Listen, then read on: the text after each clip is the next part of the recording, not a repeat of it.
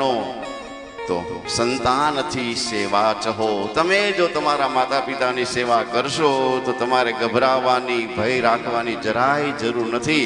તમે જ્યારે નિસહાય, અશક્ત અને વૃદ્ધ બનશો ત્યારે દુનિયાના પડમાંથી, પૃથ્વીના કોઈ પણ પડમાં હશે, તમારો દીકરો દીકરી તમારી સેવા કરશે, કારણ કે તમે તમારા મા બાપની સેવા કરી. જય શ્રી કરણી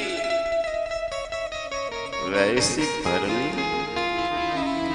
અત્યારે તમે સંતાન છો તો તમે સેવા કરી લ્યો, પછી તમારી સેવા સંતાન કરવાના કરવાના કરવાના. પણ અત્યારે તમે જો સંતાન છો અને વૃદ્ધ મા બાપ, વૃદ્ધ સાસુ સસરાને હેરાન કરશો તો સોનાના પતરામાં લખી લેજો, બાળકો સેવા નહીં કરે, નહીં કરે અને નહીં કરે. પૂછવો